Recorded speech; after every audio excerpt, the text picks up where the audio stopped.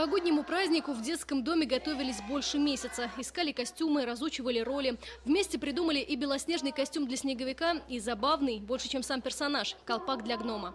С не меньшим трепетом к мероприятию отнеслись в агрохолдинге «Мордовский бекон». Вооружившись спицами, сотрудницы своими руками связали 125 пар детских носков и варежек. Наши сотрудники с большим энтузиазмом откликнулись на наше предложение связать носочки и варежки для детей.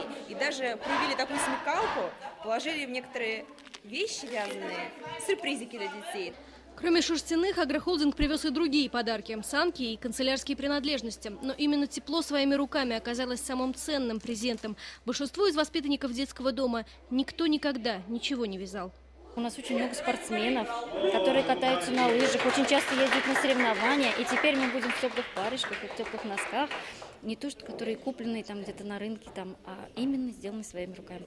У 11-летнего Влада Святкина на празднике самая ответственная роль – Деда Мороза. Влад увлекается рисованием, так что карандаши и фломастеры без дела лежать не будут. А вот новенькие носки и одевать жалко, вон какие красивые. Ехта, тут что-то есть. Интересно, у всех такие или только у меня? Для сотрудников «Мордовского бекона» это не последний визит в детский дом. Сегодня они, как волшебники, принимали заказы на новые подарки. Вот только просят чаще всего не вещи, любовь, заботу и дружную семью. Анна Барновец, Александр Мажанов, Вести, Мордовия.